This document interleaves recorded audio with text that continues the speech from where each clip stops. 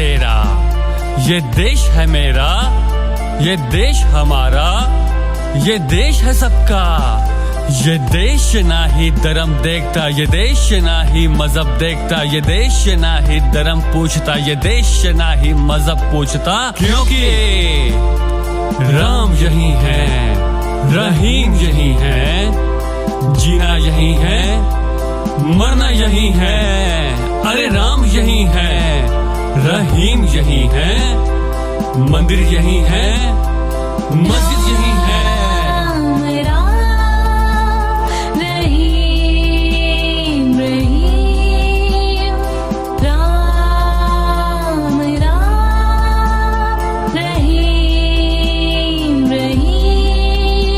किसी के कहने से।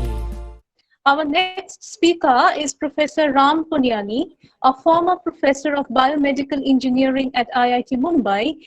Professor Punyani is currently the chairman at the Center for Study of Society and Secularism in Mumbai. He has been involved in human rights activities with various groups working for the rights of workers. I would now request Professor Punyani to share his valuable insights with us on the issues of Dalits and minorities in contemporary India. A very warm welcome to you, sir.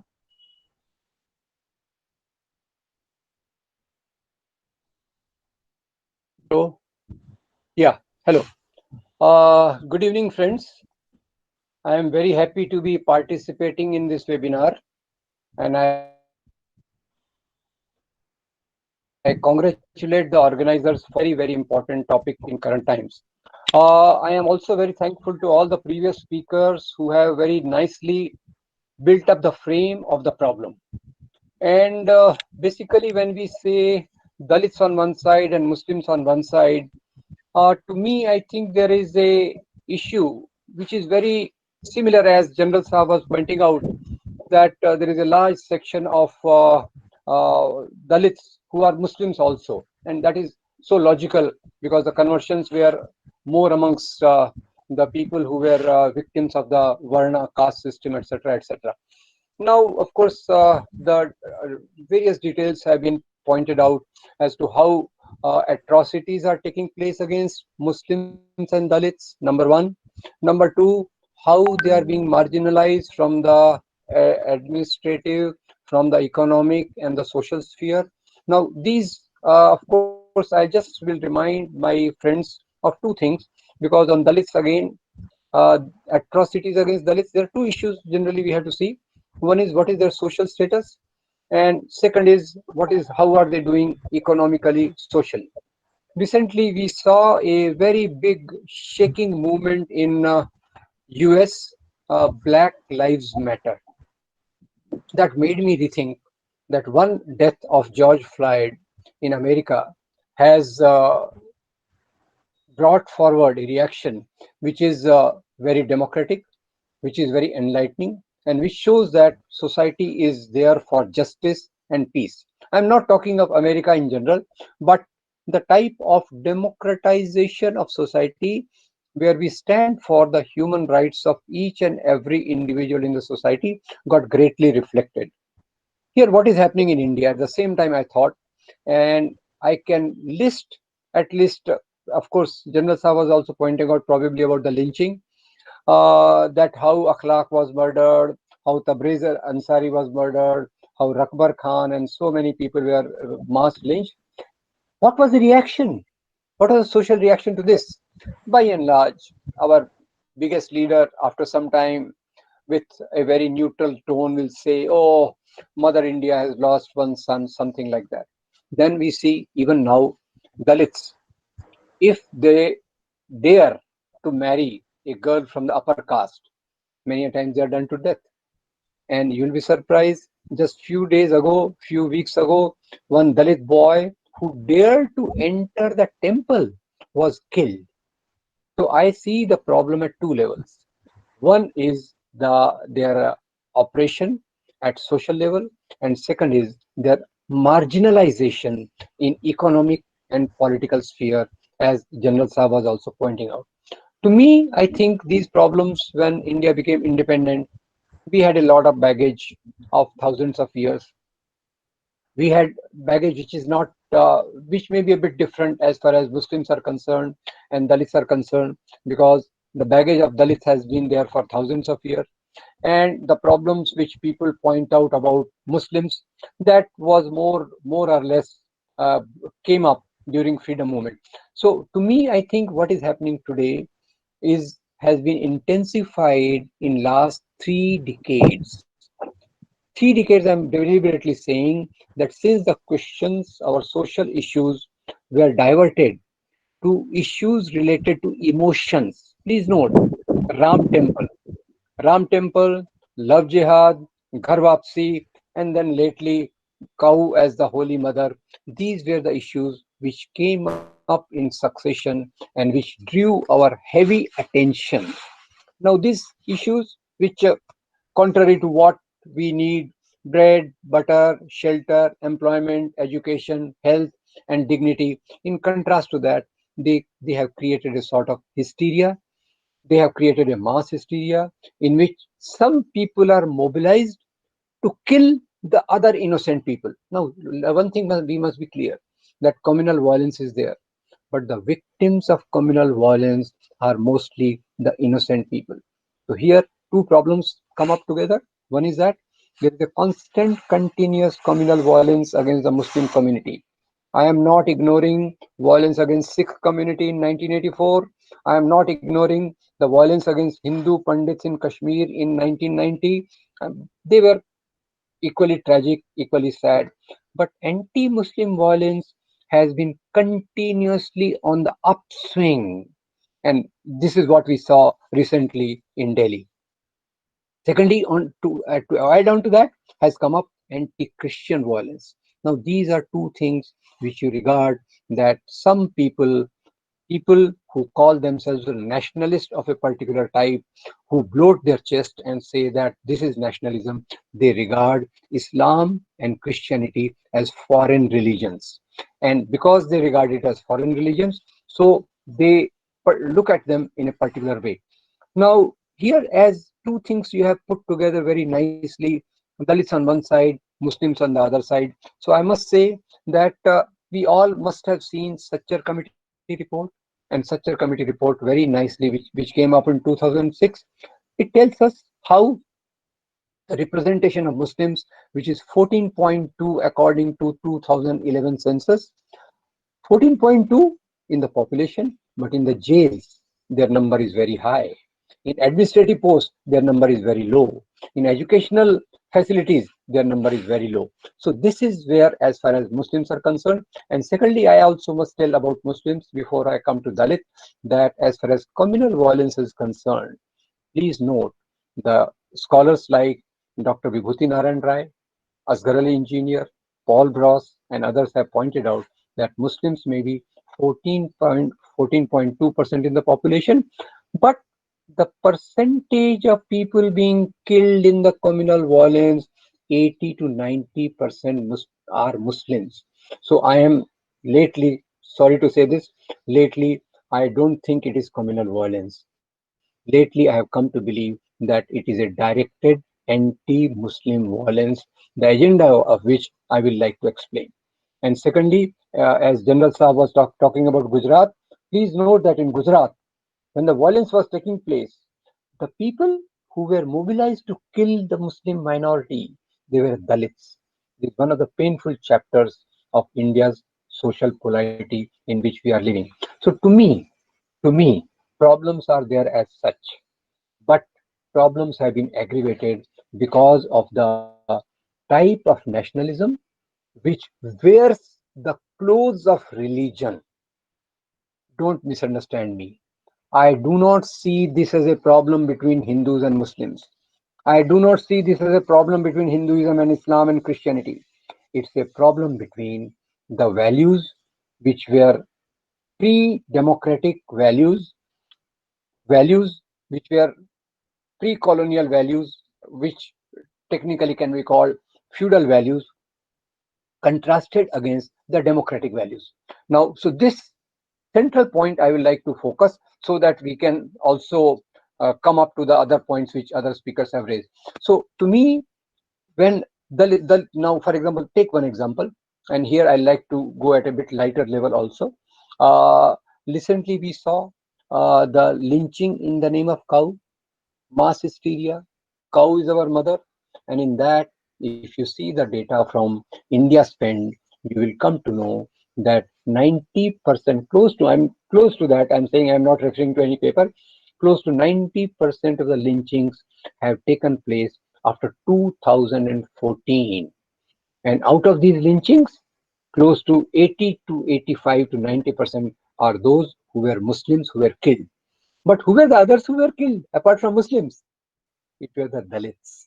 And you will always remember that incident of Una, where four Dalits were stripped naked above their waist and they were beat mercilessly, they were flogged mercilessly. So, this particular politics, which raises number one, emotive issues. They call it nationalism. I say it's a distraction from our Indian nationalism. What Indian nationalism stands for? In one sentence, I must tell two particular anecdotes before I come to explain how this type of nationalism has come up, which is not Indian nationalism. Please note, Indian nationalism is the greatest achievement of freedom movement. Indian nationalism is the greatest outcome of India's constitution. What nationalism I am talking about is a nationalism in the name of religion, nationalism in the name of Hinduism. What ruined Pakistan was nationalism in the name of Islam. Please note, I am not here for one religion or the other. I must tell you that in Burma and in Ceylon, nationalism in the name of Buddhism is also going on the streets, which is definitely retarding the social process. So this particular atrocities, for example, I must mention about cow beef lynching. How these issues are raised? Don't you think when such issues are raised, our central issues of society related to bread, butter, shelter, employment, education, health, and dignity, they are marginalized? And what we were talking about, better jobs, better education, and health, they are relegated. But I must tell you, those people who rake up the issue, who have raked up the issue of holy cow, they are not interested in the welfare of the cow at all. With full amount of confidence, I can tell you writings of Swami Vivekananda. They tell us that in Vedic period, beef was eaten. We understand from Lord Gautam Buddha that he had led the agitations to stop the slaughter of cows. Actually, somehow, this is a complex point. I can't go into detail. And also, please see the brilliant book by Professor D.N. Jha on the dietary habits of Vedic times, in which cow was a common item. Now, later on, of course, as Ambedkar also points out, India's main history is a confrontation not between Hindus and Muslims. It is a main history of values of Buddhism versus Brahminism. And when we say Brahminism, that means the caste system, which has also got reflected in the Muslim community and partly also in the Christian community. Right. So this in the Vedic period, this was there. Later on, of course, Brahminism adopted for various reasons cow as its central symbol, and it is raked up time and again. And this once this Ram temple agitation was getting a bit drawing a bit less, cow was added on to the agenda. Are they serious about the cow? I don't think so. I can tell you that in the states where BJP ruled and they brought up huge Gaushala, cow sheds. One of the incidents I remember from Rajasthan, Hingonia. In Hingonia, in one of the cow sheds when BJP was ruling, hundreds of cows literally died because of starvation and because of getting drenched in the mud and the rainy thing. So, of course, somewhere they raise these issues, other places they don't raise issues. The reality I came to know in a very humorous way, and I hope you all recall our earlier Prime Minister who used to write poetry, Atal Bihari Vajpayee. I was just reading his biography by Vijay Trivedi. On page 236, Vijay Trivedi writes that once Atalji was on a US trip, and on the US trip, he after his lecture, the meals was served, and in the meals, beef was one of the items. So the person who was sitting next to Atal Bihari Vajpayee, he said, "Sir, what you are eating is beef." Atalji gave a large smile and said, "So what is the problem? This is a beef, but this is not of Indian cow. This is of the American cow. So let's have our own way." So this is the way, like when I talk of Ram Temple, I think temples have to be within our hearts, as Mahatma Gandhi used to say that by raising the Ram Temple issue, this type of we will our society will progress, etc., etc., is totally wrong. And one beautiful instance I'll tell you, because currently, what is the talk going on? That we'll make a Ram temple which will touch the sky. Now, don't ask me the science and the geography of how tall the sky is. I don't know that. But claim is that they'll make a Ram temple which will touch the sky. I recall that after independence, many people raised the issue that Somnath temple was destroyed by Mahmud Ghaznavi, who was a foreigner who attacked us. So the state should rebuild the temple. Mahatma Gandhi, who according to me is the greatest Hindu of 20th century, Mahatma Gandhi said that making of the temples, mosques and churches is not the work of the state. And his biggest disciple, who became the first Prime Minister of India, Pandit Jawaharlal Nehru, later on went on to build the dams, universities, industries, and other places which laid the foundation of modern India. And Jawaharlal Nehru said that these are the temples of modern India. So see the contrast. At that time, industries, university, irrigation was being regarded central to our development, and today temple, cow, love jihad is coming to this center of our political discourse. So basically this is being done. I must cut short some of the things and come straight to what is this type of nationalism, because the biggest claims of nationalism are coming from those sections precisely who are raising these issues. To use a word directly, this is communalism. This is a religious nationalism. For the lack of better word, I'm using this, but this is communalism. And communalism is becoming more and more dominant, and the agenda of communalism is twofold. Agenda of communalism, what it appears at surface is that it is anti-minority, anti-Muslim, anti-Christian, and at deeper level, it is against the equality of Dalits, and also please note equality of women. Please don't forget, when you are talking of Muslims and Dalits, also don't forget the half the sky women whose rights religious nationalism wants to suppress. So, of course, at technical level, we have to solve all the problems. But I must say, as communalism is becoming strong, the problems of religious minorities and problems of Dalits are getting marginalized. Condition of women and Adivasis is also worsening. So, a bit, if you permit me, to tell us the roots of this religious nationalism, communalism. As such, India is one of the countries which is most plural, most diverse, where many languages, many cultures, many food habits, many religions, they have existed in a great amount of coexistence. Since this, I think we are talking for in a college of Bengal. I do remember the Baul singers of Bengal representing a great syncretic tradition. There can be a list of this Hindu-Muslim interaction, but I'll sum it up by saying that on one side, there is a Bhakti tradition, Kabir, Tukaram, Namdev, Narsi Mehta, whom Muslims also respected, Hindus also respected. There is a great Sufi tradition, Nizamuddin Aulia, Khwaja Garib Nawaz, to whose dargahs Hindus also go, Muslims also go. So this syncretic, diverse, plural culture of our, this syncretic, diverse, plural country of ours, how the things started changing. There are Muslim kings, there are Hindu kings. Now these days, Muslim kings I have always to bring up, because a lot of hatred against Muslims is there as to how they characterize the Muslim kings. Now let me tell another thing. Before I come to the Muslim kings and why I am coming to the Muslim kings, the reason is that today I believe that violence is not spontaneous. Violence is orchestrated, number one.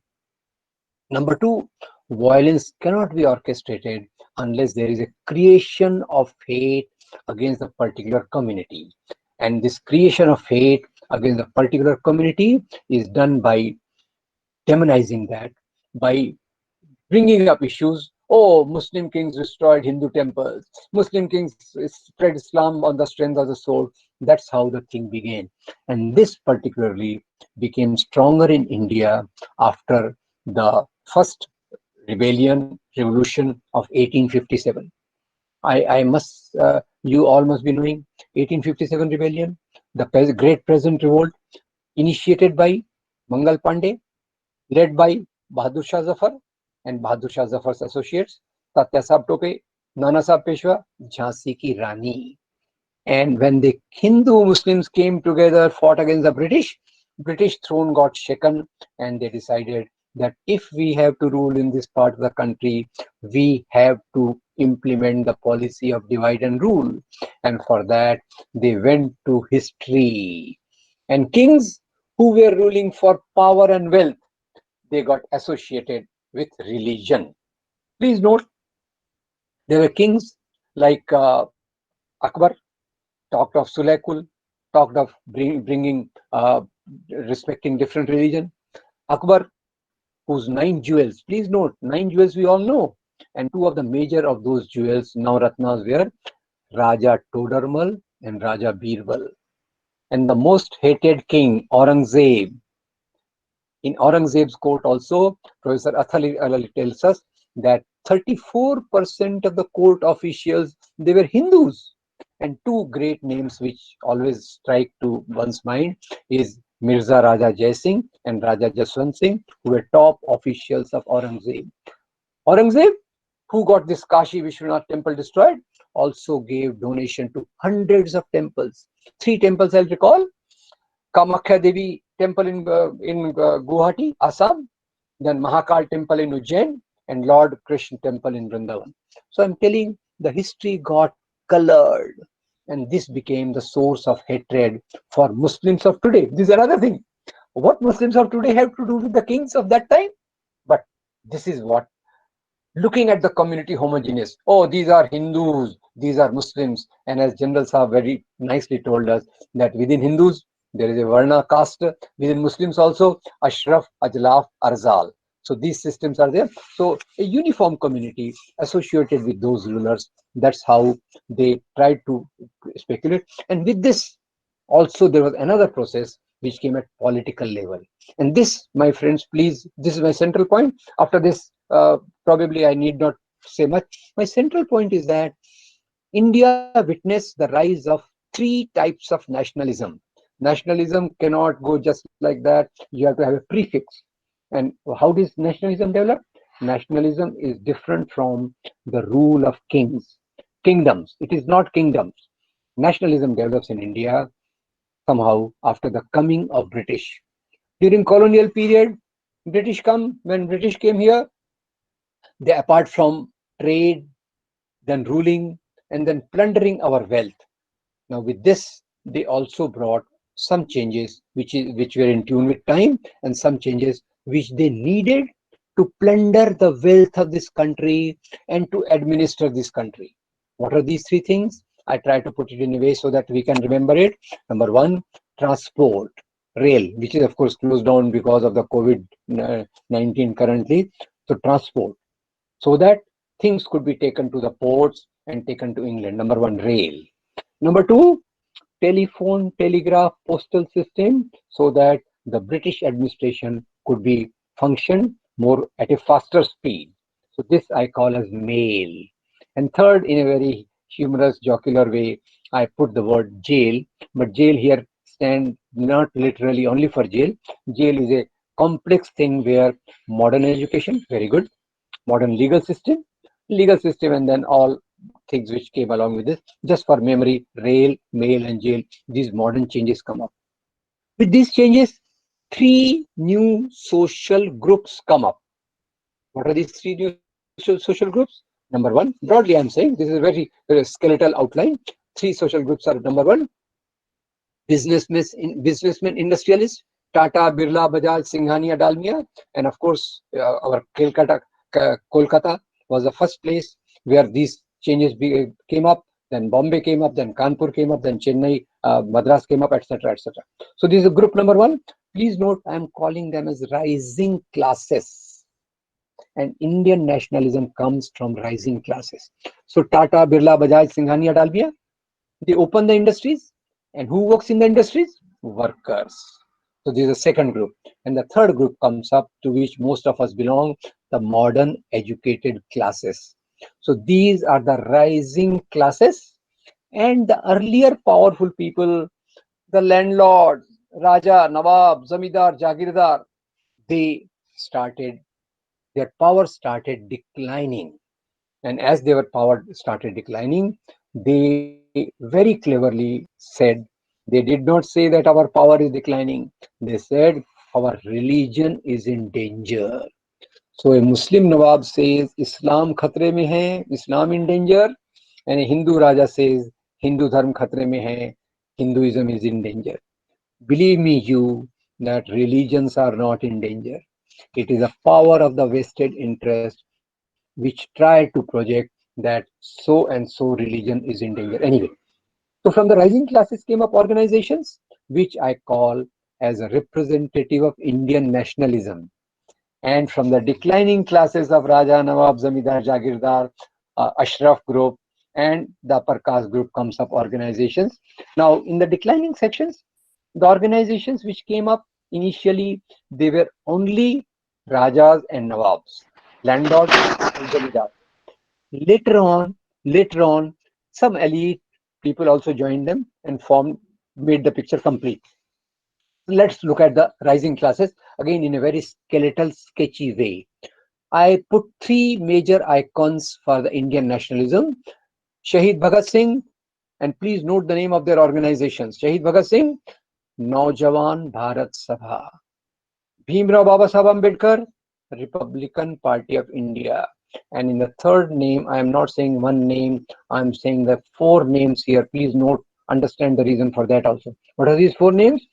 Maulana Abul Kalam Azad, Annie Besant, Sardar Baldev Singh, and Mohandas Karamchand Gandhi. Indian National Congress, which led the freedom movement. So these are the rising classes. They represent Indian nationalism. Their results culminated in Indian Constitution, which gives us liberty, equality, fraternity. Now, from the declining classes, Hindu Raja, Muslim Nawabs initially were together. With the British policy of divide and rule, it split into Muslim League in 1906.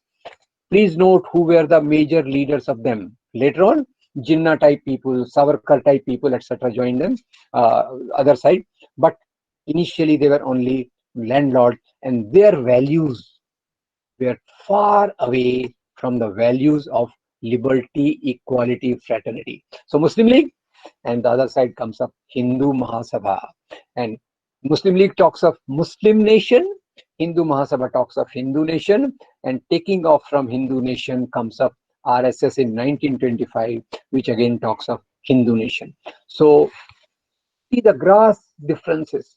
Rising classes look to the future where a better India is to be built, and the declining classes talk of the past glorious period. To cut the story short, I will say there are two types of values which struggled during the freedom movement, and this struggle now has somehow got reversed, and the declining ideologies are becoming more powerful somehow. How do I explain the basic difference between rising classes and the declining classes? From rising classes, I pick up one representative. His name is Bhimrao Babasaheb Ambedkar.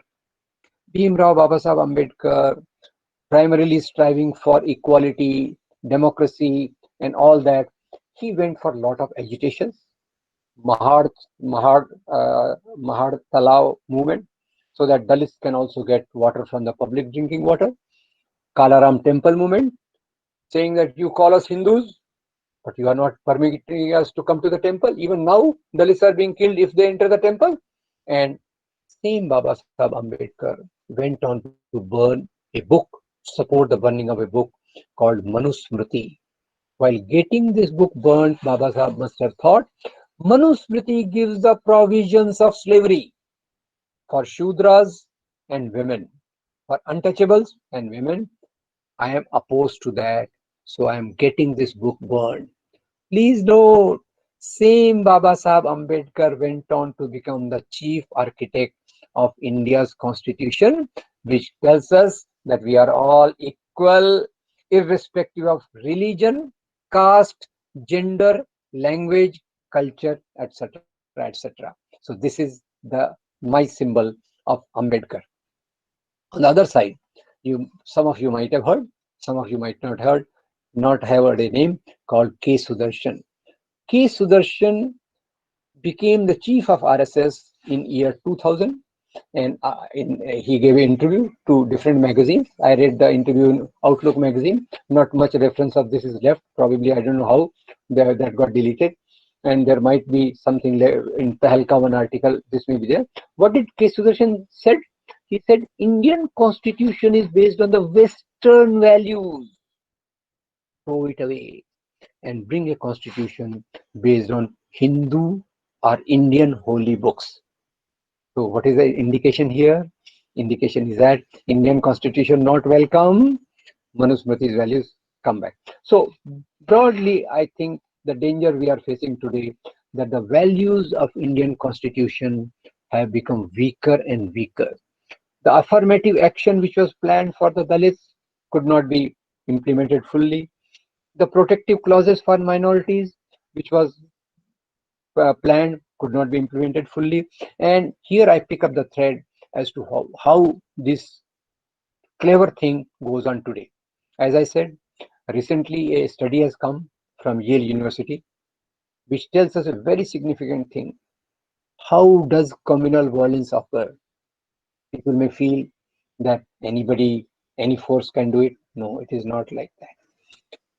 Yale University study tells us that in the area where communal violence is orchestrated, in that area, in times to come, one party becomes more powerful, and same party is ruling in the center, and same party is threatening to come to power in West Bengal. Okay, now this is the political aspect, and politics is the guiding part here as far as the communities are concerned. So Muslims today feel marginalized. There may be Ashraf section, but as generals have told us, around 80% people, they belong to the poor community. And here conversion also, as Swami Vivekananda again in his collected works of 1979, volume 3, tells us that majority of the conversion to Islam took place from the lower caste, and the idea was to escape the tyranny of the caste system. So this is where we are. Now, question is, Yale University, again coming back to that, there are 4 steps which Yale University tells us, and we can develop it further. Number 1, misconceptions against a particular community. Go on spreading, go on spreading. And today, of course, a large section of media does it with great amount of fluency to, for whatever reason, a small section has also been called as Godi media. So misconceptions against Muslim community, partly against Christian community. Now, because of the misconception, hatred is built up. Because of the hatred, violence can be orchestrated. Because of the violence, polarization can take place. And that's where Yale University study tells us that that party emerges more powerful. So as far as Dalits are concerned, Dalits, of course, reservation, affirmative action was planned for 10 years. Somehow the implementation was not appropriate. And what was the dream of Baba Sahib Ambedkar and partly of Gandhi of annihilation of caste? Here you may not be knowing that Mahatma Gandhi, after reading Annihilation of Caste of Ambedkar, said that everybody should read this book, Annihilation of Caste. And so that dream remains nowhere And from 1980, the equations have changed. And the declining values of caste and gender hierarchy. Now, what are these values which people are talking, like Muslim League? In Pakistan, they take their lineage from Muhammad bin Qasim, the king who first ruled Sindh. Now, what are the values in kingdoms? Now, in kingdoms, there is one person who makes the rules, who rules with his whatever hand. He's a supreme dictator, etc., etc. And the concept of democracy is not there at all. And so, in Pakistan history, you see the Hindu component totally missing and glorifying the Muslim kings of the past. And here, let me tell you, Muslims or Hindus, they never ruled. It was Muslim kings who ruled. It was Hindu kings who ruled. So to say that Muslims were the rulers and they were the great, etc., etc., again the wrong way of obverse of the communal historiography which we are suffering in India. So friends, I must say, when I think of Muslims, I think of Sachar Committee. I think of the communal violence reports. I think of the mob lynching. I think of the Muzaffarnagar riots where love jihad was used. I think of Afrazul, who was killed by Shambhulal Regar, and the video was relayed, and Shambhulal Regar was saying these Muslims indulge in love jihad. So this type of a thinking, which is becoming so popular through social media, a section of the Godi media, I hope you must have noticed we are living in Corona times, and in Corona times, that WHO gave the warning from January. Even, sorry to say, I don't belong to any particular party, but Rahul Gandhi on 12th February tweeted that Corona damage danger is there. Whole of the February, no step from the government. Government wakes up to this threat in the late March, and section of media gives the reason to Tablighi Jamaat. Whatever be the ideology of those Tablighi Jamaat, I have nothing to do with that. But more than Tablighi Jamaat, other congregations were there. Our Namaste Trump, in which 2 lakh people participated, that was there. So how selectively, how to use every occasion to demonize the Muslim community, partly Christian community, and how to ignore the Dalits from that angle. And I'll go further to say that many times there is a social engineering in which Dalits are put in the trap of emotions of Hindu Muslim and used as pawns to attack the Muslim community. And by and large, of course, most of the violence so far, they have been taking place in the poorer areas of the community. So finally, I'd like to wind up at this, friends. What do we do? Question is, we can analyze. General Saab gave a very nice picture as to what things we need. I am talking at different level, and that level is that our basic politics has to come back to the path of what Gandhi had shown us. Basic politics has come back to what the values of freedom movement were there. Our basic politics has to come back around the values of Indian Constitution.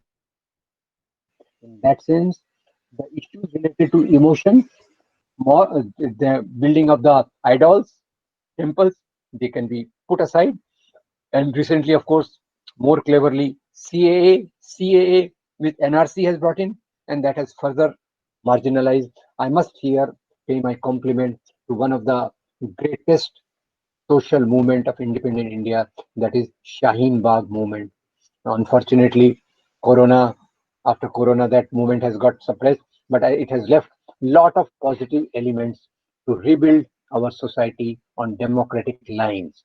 So unless we strengthen our democracy, unless we are able to criticize the ruling government, unless our media asks questions to the rulers rather than to the ruled, rather than to the opposition, till that time, our policies cannot come on the stage where we can think of the real downtrodden. What pains, like when Swami Vivekananda uses the word Daridra Narayan, it should touch us that 70 years after independence, where are our poor? What facilities are they are getting? and what is happening to our public sector, what is happening to our public education system, public health system. This is the things which we need to have a serious introspection if we want to see that Muslims and Dalits, their lot improves. And please note, friends, the condition of women also goes hand in hand with the condition of these deprived sections of society. So I do not according to me, Muslims, Christians, Dalits, Adivasis, and women, these are the five major sectors who are suffering because of the rise of the communal politics in the name of religion.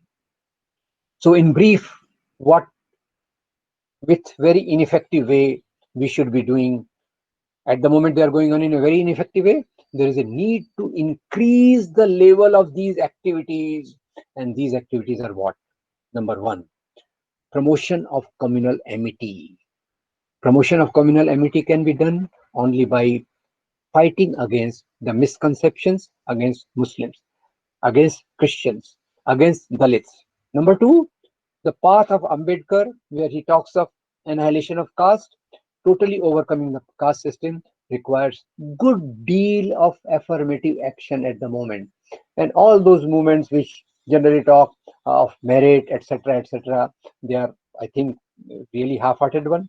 But to build a community, we need to support those communities which have been historically disadvantaged, and we have to try to see that as a state, our state is a guardian state. We are not there that somebody builds up a 26-story house for five members of the family, while in the slums of the same Bombay, tens and fifteens of people stay in a 10 by 10 chawls, etc. This is not our society. Our constitution tells us there should be effort to reduce the economic disparity in the society. There should be effort to promote scientific temper, etc. So all these things are needed. So one is communal amity. Second is wherever human rights of weaker sections of society are trampled, are violated, we have to raise our voice to say that their rights, democratic rights of each and every person in the society, they matter. We respect them, and we all stand for that. So this, in summary, I will say, is what will improve the condition of Muslims and Dalits, and of course the other section, other marginalized section, they will all go hand in hand.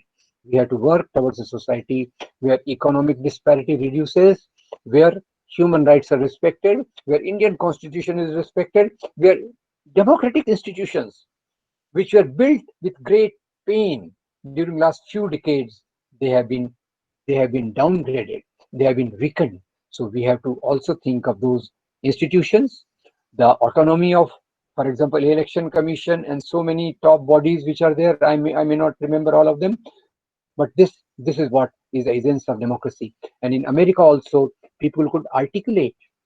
Can you imagine a police officer in America telling the president that if you have nothing meaningful to say, keep your mouth shut? And that is what democracy is all about. Here, we respect the authority, but we don't blindly bow to the unreasonable and those things which are suppressing our democracy. And improving the lot of Muslims and Dalits also means improving the democratic values of our country, strengthening our constitution, and marching towards a society, the dream of which was seen by people like Bhagat Singh, Ambedkar, and Gandhi. Thank you very much. First of all, thank you, Yes. Professor Now Punyani, you are visible. Now you are visible. Yes. for sharing your thoughts with us. It was a very engaging speech.